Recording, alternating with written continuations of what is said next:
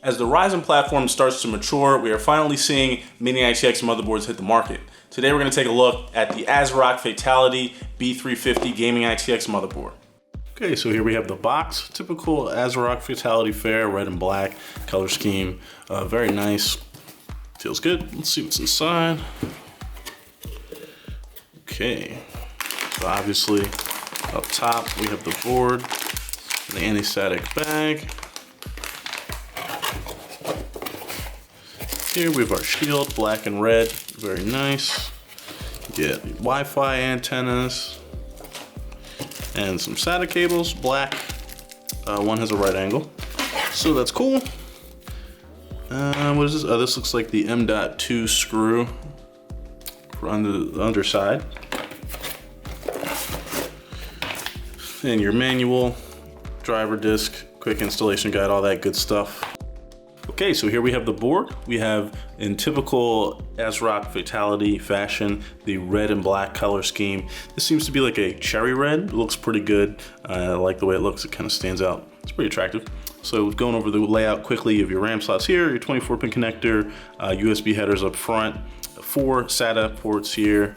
Usually you get 2 here and 2 here on a lot of mini-ITX boards, but this one has all 4 in this spot. So just something to note if that affects a really tight build you're doing. A metal reinforced PCI slot, that's always good, having the metal reinforced there. I do find that these are definitely more stable for especially heavier graphics cards. And then you have your VRM cooling there, as well as your CPU bracket or socket here. Up front for the I/O, we have 2 USB ports here, 3 more here, dual HDMI, and you'll see a USB 3.1 type C right there, so that's nice. It's not Thunderbolt, but it's still nice. Your audio headers here and your Wi-Fi there. You do have gigabit Ethernet as well, so that's a nice option if you want to do a wired internet setup there. Around back on the bottom, you will see the M.2 slot for fast NVMe storage or regular SATA M.2 drives, whatever you want to do, and your bracket for your cooler. All right, so here we have everything installed. Everything went smoothly. There was no issues, normal installation, even the M.2 slot. I will say that everything on this board does feel nice and premium. Even the screw used on the M.2 slot underneath is not just the typical gray steel. It's a wider, nice black finished screw. So if you're looking at your motherboard from behind for some odd reason, you would see a nice little bronzy finish on the screw there. I think the cherry red accents on the motherboard look pretty good. The only thing that stands out is obviously this brown and tan, not too a fan. But I think this is a really good board, and it'll look good in pretty much any case. Even the I/O shield is nice. It's a nice black and red to match the scheme of the motherboard colors. It's really nice, much nicer than the crappy silver. For reference, this is the I/O shield that you get with the BioStar board. So just it's little touches like that, the screws, the feel, the finish, the way that the PCI Express slot is reinforced, that are just really nice and make this board feel premium.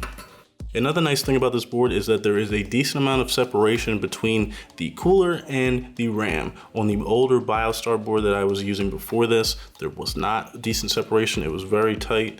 So that's just a nice thing. Hopefully you can get some better airflow going into the cooler and hopefully cool that CPU down a little bit. In addition to the I/O, the board also has 3 PWM fan headers. That's really good. Most mini-ITX boards only have 2, some 1 maybe, in addition to your CPU fan header. So that's really nice. It also has 2 RGB headers, one for your AM4 cooler, another just for putting RGBs throughout your case. So that's really nice, and it has custom software that you can download from the Asrock site if you want to control that, do all the effects, make it breathe, all that fun stuff as well. Taking a look at the BIOS, Asrock does a really nice job with their Fatality series gaming BIOS. It's probably second only to the Asus BIOS for their ROG Strix line, but this is a really clean, well laid out BIOS where it's easy to find what you're looking for. The overclocking settings are simple, they're well laid out, and they're easily labeled. Everything you need to find is where it should be. Also the fan control, which was an issue I had with the BioStar mini-ITX Ryzen board. The fan control on this is excellent. You can set either just 5 settings for each fan, or you can go in and use like the slider toggle to make it a little easier. So overall I thought this was a great BIOS. You can create profiles, overclock everything easily. It was really nice. Overclocking the CPU was not a problem at all on this board. The BIOS has an easy layout to do it, or you can use Ryzen Master, but I used the BIOS for this one, and I was able to hit 3.9 gigahertz with no problem. Even in a compact case like the S4 Mini with the lid on, it still handled it. The VRM temperatures, while I don't have a sensor for them, to the touch they were still acceptable, didn't burn my finger or anything like that. So it does appear that it does have adequate cooling even when you're overclocking. I was also able to increase my RAM speed with no issue. I'm using a 32 gig kit of Corsair Vengeance LPX DDR4 3000 RAM, and I was able to push that up to 3200 megahertz with no issue whatsoever. One of the cool features about this board is the BIOS has an auto feature for the timings, so you can set the RAM speed to whatever you want and it will adjust the timings accordingly. So that was a really nice feature. I thought it worked really well, and I got it to boot stably with no problems.